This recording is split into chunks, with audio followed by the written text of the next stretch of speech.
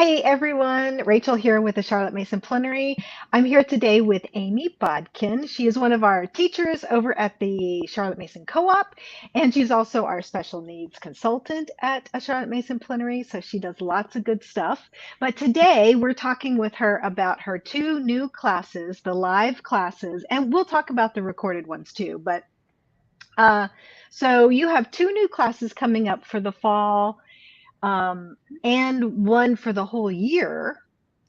Yes. So tell us about those. It's Jewish cultural history and leatherworking. So which one do you want to start with? Let's start with Jewish cultural history. Okay, That's let's totally new. I've done handicrafts before, but Jewish cultural history is going to be a brand new type of class. We have not had any history classes yet at the Charlotte Mason Co-op. sure. Um, And instead of offering a history class that's covering your basic Western Civ that you might cover in your homeschool, I thought it'd be really awesome if we could offer an history elective where you get to learn the history, not just the history, but the cultural history of a minority group. And I also felt that it was important that you learn it from someone who is a part of that culture. So I wasn't about to sign up to teach African American history because that's not my culture. But I can sign up and teach Jewish cultural history. And a lot of times people don't realize that it has a completely separate cultural history, all of its own, that is actually more Eastern than Western. So I think it'll be really fascinating. It's going to be for families of all ages. So you can take it together as a family. We're going to spend probably the first 45 minutes of class diving into different aspects of Jewish history in a very hands-on way. We'll sing songs. We're going to talk about recipes. We're going to read books. We're going to have resources that you can take and dive deeper if you want on your own, or you can just show up for class and get what you get out of the class and not dive any deeper if you don't want to. And the resources for diving deeper will be at different levels. So no matter where your kids are at, there's something for them. And the Yeah. last, go ahead. Oh, I was just gonna say you are so good at providing or allowing for the different levels because of your special needs background and all the I wouldn't consultations and everything. be our special needs consultant if I couldn't do that. Yeah, you do a great Yeah, job at that. And so it's so wonderful for kids or families, even adults at any age and any ability and also any level of interest to yes. to jump in and do what they want to do and learn what they want to learn from the class. Well, and that's a very good point too, because it also doesn't matter how much fluency you have. You can still take the class. So if you are a Jewish family and maybe you don't have a local Jewish Sunday school program or something like that, and you want your kids to have some community, this is a great option to fill that. I teach at our local school for Jewish living, and I will be including some of the things that I do with my classes each year. But it will also be a great way to get a window, if you're not Jewish, into what is Jewish cultural history. Because most of the time when we're talking about any minority history, we hit the negative highlights in our general survey classes, but we don't get to cover what's beautiful. And being able to see the beauty is what allows us to form positive relationships with other cultures, and it allows us to create relationships with other people and other cultures that leads to a more positive understanding, appreciation, and respect for different cultures. And that is something that's really important, I think, for kids nowadays, especially because we live in such a global society. Having some of that fluency makes a difference. And actually, that brings me to what we're going to cover the last 15 minutes of class. After 45 minutes into the class, I will dismiss all younger students and anybody who doesn't want to stay. And we will be covering and answering some of those more difficult, uncomfortable, hard questions that people will have, because people always have those questions they want to ask someone, but they're too afraid to. And also sometimes, even though we're going to be focusing on the beautiful and positive things about Jewish cultural history, there are quite a few difficult parts of Jewish history. And so I want to be able to point that out to some of our older students that are ready for that, so that they are more able to recognize instances of anti-Semitism in their communities, because that requires cultural fluency to be able to see that. Yeah. And I love it too. And I love the focus on the positive aspects of a culture rather than the negative. And that's something that we've been discussing in our Charlotte Mason Co-op book club with moms. We've been reading Amber O'Neill Johnston's book, A Place to Belong, in our book club Yeah, with co-op members and with the special needs membership group. So that's been really fun and really interesting. it has been very So inspiring. yeah. So great book. But so yeah, I love the emphasis on the positive, because like, when I look at your list of all the themes that you're going to be teaching, all the holidays, Rosh Oh, Hashanah, yeah. Sukkot, all those great holidays that we love so much. Yeah, yeah, the holidays. And one of the things we'll be talking about is that Jewish history is cyclical. Um, Judaism in general is cyclical. Things go in a rhythm throughout the year, but history also has its own rhythm. You see the same things repeated over and over again. And so instead of covering history in a linear fashion, for the most part, we're going to be covering it more in a cyclical fashion, which will be really fascinating, because each holiday, each event, it has layers. And so we're going to get to see these layers as we go through the course. And there's so many fun little things we're adding into. There's an entire class in the spring semester dedicated to superheroes, because most superheroes were created by Jews, believe it or not. We have the market on superheroes. Yeah, there's a great backstory to all that. Yeah, I love it. Mhm. Um, okay, so switch gears and tell us about your leatherworking class, another handicrafts class, and you do such a great job at adapting those two so that anybody with any skill level can come in and participate in the class. Yes. My goal when I teach a handicraft class is to introduce you to different materials, different techniques, different tools that you can use. And my goal is not for you to be able to create some masterpiece by the end of class. My goal is for you to develop a relationship with the materials and the tools and the techniques, and then see where that takes you. Relationships aren't, you know, they don't build up overnight real quick. It takes time and experience with those tools and materials and techniques. And so we will be digging into, at the beginning, some of the more simple techniques. I try to include adaptations as we go. You don't have to do all of the projects. If you get to one where you're like, this is not for me, that's okay. Because my goal is for you to have learned something more than what you knew when you first started the class. It is a low pressure situation.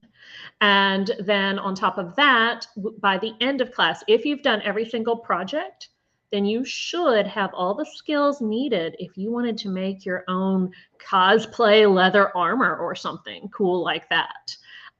You will have the skills necessary to be able to do a lot of those kinds of things. But my goal is to introduce you to the materials, the tools, and the techniques that will allow you to really let your creativity take you wherever it's going to go. Well, and you've had great success with your other handicrafts classes as well, and so much fun and so much participation. So if you want, we can move over and talk about your recorded classes that are now available. So they're kind of a go at your own pace, and these are all the recordings from Amy's previous classes that she taught last year in the co-op. And so we had, what did you do? Oh, woodworking to start, Working. and Mm-hmm. then fun with fat. So tell us a little bit about those two handicrafts class. So Woodworking, again, like leatherworking, we're introducing you to the material, we're introducing you to the tools, the techniques. It's all hand tools because hand tools are a little slower and they're easier for children to manage. I also picked out a tool set to recommend that is sized more for a child because having a tool that's the right size is really important as far as being able to use those tools well. And also, you'll notice that most of the classes I teach for handicrafts, they tend to be the handicraft classes that moms are afraid to teach because there are a lot of little boys out there who really want to be able to build something with wood or to make something with leather. Not that the girls don't want to too, but I find a lot of times the moms are more intimidated by those than they are something like crocheting or knitting or cross stitching or whatever. Right. So, and then Fun with Fats is the second one.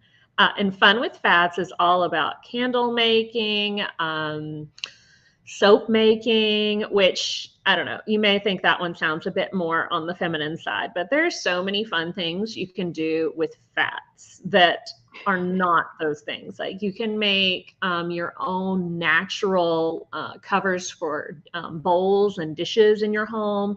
You can make soap, you can make liquid soap, you can make crayons, you can make a special type of painting called encaustic painting that involves wax.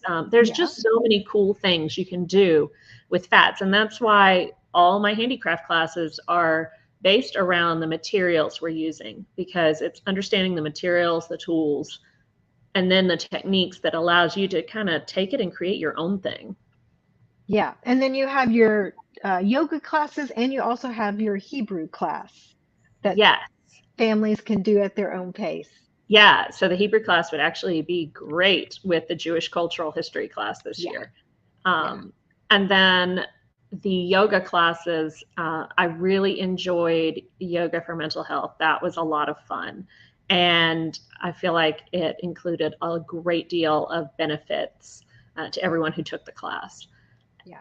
The family yoga class is a lot of fun. It's high energy. It's also still quite educational. You learn a lot out of it. We did one yoga class that was themed around the history of Christmas in America, and we did another one that was themed around Hanukkah around the world, and we did another one that was there was one at the beach, there was one down on the farm, and there's a different theme. Oh, there was a Harry Potter one. And you don't have to do them all. Pick and choose the ones you like. Yeah, that's true. And you can repeat the ones that you like over and over if you want to. Yeah, you have access to any of the co-op classes for the whole semester. So the semester starts on September 6th and then ends in late December. So you have all that time to access the classes that you sign up for. So yeah, and one of the benefits of the family yoga class is that the way I design my classes, I design them so that I warm you up well before we really get started into some of the deeper poses. And a lot of kids' yoga classes, I'm discovering, do not spend enough time warming you up at the beginning. And I find that I am much older now, and it is much harder for me to keep up if I have not warmed up properly first. So some of my classes are quite high energy for that family yoga, but I do always warm you up first. All right, well, let's see. Okay, so we talked about the live classes, the Jewish cultural history, the leatherworking. We talked about your recorded classes, just making sure I'm not forgetting anything. And all of those classes are really designed to be done at any age or level of development. That's something that I try really hard to do. The yoga for mental health, that one is a little bit more abstract because we're talking about feelings. So I usually recommend that for like middle school, teenagers type age. But the rest of them can be done at any age. In fact, in my Hebrew class, one of my star pupils was 3 years old and learned all the Aleph Bet song all by herself. Cute. Yeah, faster than anyone else in her family. Oh, I love it. Sometimes it's easier with the foreign language the younger you are. That's true. And in the Hebrew class, I actually had over a 50-year span in the ages of my students. Oh, love it. Love Yeah, it. but everyone And learns a lot. that's a good point that parents, okay, so let's make 2 points. One is that the registration fee for every class is per family, not Yeah. per Yes. student. I Yes. think that's important because we want to keep things affordable at the plenary. And so one registration fee and your whole family can join in. And then that includes mom, that could include grandma, like whoever's in your house, um, can join in on the class. And we have had lots of moms join in and learn um, uh, all sorts of different classes, from Plutarch to soap making to Hebrew to science. All sort moms have definitely joined in, and Well, and it's a great way to get to learn something new without having to learn it yourself, so you can teach it to your kids too. You can take it right yeah. along with them. Absolutely, absolutely. And or you can just completely outsource the subject and just take that time for yourself to maybe have a cup of Yes, tea or something and chill, read a book, sit outside while the kiddo's doing leatherworking or maybe not that's woodworking. You might want to be available for definitely woodworking. leave that up to the parents' Yeah, discretion. But we do use saws and drills. We're yeah, hand some saws and drills. supervision. I've yet to have anyone get injured during class. I mean, I That's definitely good. spend a lot of time going over safety and how we hold things correctly, because lack of knowledge is honestly what's the most dangerous about handicrafts. And that can be any kind of handicraft. Louis Braille, who invented Braille alphabet and Braille reading, actually lost his eyesight due to a tool that we use in primarily leatherworking. So, Wow. there are ways that you can be injured, and that's why I'm not using that tool in this class. Just so you Good know, we're choice. using a different kind of tool that's safer. And that's why when I look at the tools, I'm thinking, what kind of tools are going to be the most accessible for the kid, but also safest for the kid? It's not necessarily what's the safest tool, period. It's what's safest for a child-sized hand. Yeah. Which is something to take into consideration, because a child-sized hand is totally different, and also they have different levels of core strength. And I try to give Right. adaptations for different projects, but sometimes you may decide, you know what, we're doing half the projects this time. We'll take it again later and do the other half when we're ready, and that's okay. Yeah. So You definitely go, pick and choose which projects are right for your family. Yeah, definitely. yeah, All right, let me see. Uh, doesn't look like we have any questions. then I did a fantastic job You explaining did it. do a fantastic job with all One the thing information. One thing you will notice about my classes is that I don't generally have a lot of homework. Like for our handicrafts, yes, we're going to have projects. I want you to work on them some between classes. But generally speaking, I don't have a whole lot of homework. I don't have high expectations because I want you to work where you're at. So if you don't get a project done, that's fine. Move on to the next one if you want, or do it the next week and just be behind a week, and that's fine. Yeah, no mom guilt. No, nobody's behind here. It's No, I don't do that. no, we don't do That's that. why these are all ages, because it allows you to really work where you're at, which is great because you've got kids at all sorts of different ages and developmental levels, all working in different spots, and you learn a Yeah. lot that way. So, All right, I love it. Amy, thank you so much for continuing to teach and bring your knowledge to Charlotte Mason Plenary. We appreciate you so much. I enjoy. And so go sign up for Amy's classes, Jewish cultural history, leatherworking, and then all the pre-recorded classes that you can take and go at your own pace throughout the semester as well. And as always, if you have any questions, you can leave your questions here in the comment thread. Yeah, or send us an email. There's a little if you go over to the website cmplenary.com, there's a little button, little purple button at the bottom right corner. You can click that and send us an email and ask questions. So, or join our Facebook group too. That's always a great place to chat about classes. Yeah. All right. Thank you, Amy. Appreciate it. No problem.